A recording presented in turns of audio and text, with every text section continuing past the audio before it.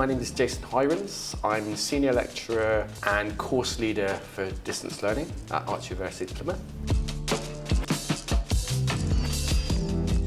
I'm an artist and an educator, a writer, and everything I do in all of my practice is about this city of Plymouth. Yeah, I'm in the right place. If I was asked the question, what is distance learning at Arts University Plymouth, I would say it's about being an art student through your computer. So you're in your studio space, but you are in an art school. And we make it very much an experience of you being an art student, whether you're a designer, a maker or a thinker. And we try to turn that space through the laptop.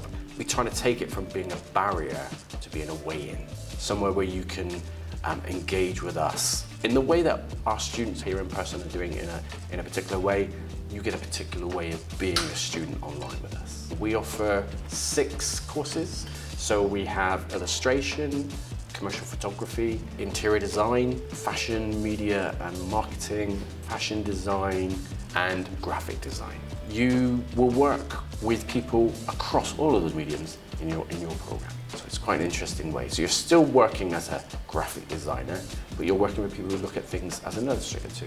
Quite an exciting way of doing things. So the reason we get you to work in a sort of interdisciplinary focus is because when you're online, it can become quite solipsistic. So you can often be in your own space. And one of the things we want you to think about is how to be a designer in multiple ways, across lots of disciplines.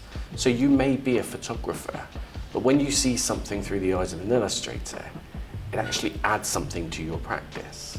So it just allows us a space to be really creative, and it's the creativity that's key. During your time with us here, you would be taught by Jack Vine. He's a brilliant children's illustrator, published lots of work even in the last year, and just an exciting guy to work with. You would work with people like Heather Martin, who is a fashion designer, really interested in sustainable practice. You'll work with people like Catherine, who runs her own interior design agency. Actually, anybody you work with here has a practice. You'll work with our technicians weekly, and they all are photographers, or they are interior designers, or they're illustrators, or whatever they do. So everyone you meet here has some sort of practice. So what do you need? What kit do you need? Well, let's say you're a commercial photographer. What you have is enough. We need you to have a laptop or a tablet so that you can engage with us online. But as long as you've got something you can capture images with, that's enough. It's not about having high-end kit.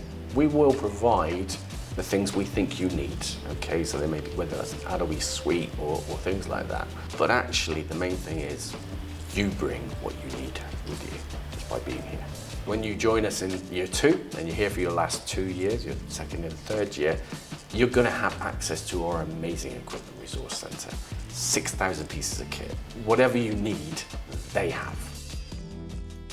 So what does a typical week look like here? You're going to do 9 to 12 hours a week. There's teaching every day but Wednesday. It's about 3 hours a day. Usually starts at 8:30 in the morning. It changes, of course, we might change things, but currently it starts at 8:30, we go through to 11:30. Wednesdays are a self-directed day, so we don't do anything on Wednesdays, but every other day we have content for you. So whether that be a lecture or a workshop on Monday, and some technical sort of content on a Tuesday, talking to the digital learning team on a Thursday, and then maybe having a final session on Friday. There's something that happens on those days between those times. The best thing about being at any art school is not about exams. It's about actually what can you show us you can do. So we're looking for your creativity, and exams don't do that. You do that. You show us that through what you do.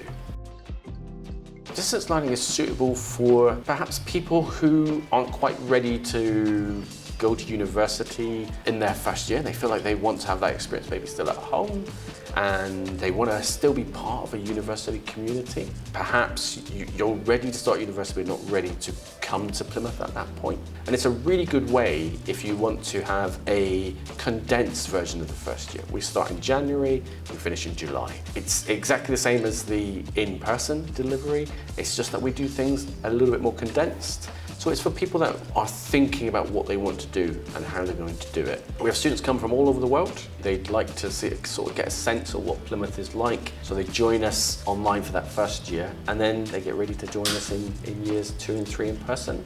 When you are working from home, you're going to need a space. So I'm going to tell you what my space is like. When I have a desk in my studio at home, I have 2 screens because I can then look at the script and I can look at my laptop. You don't need 2 screens, you just need 1 screen. And in front of me, I got Ted Lasso, little Funko Pop holding a believe sign, so I feel like someone cheering me on. I've got my 2 cats walking around my feet, disturbing me. You'll have your cats or your dogs. It's absolutely great.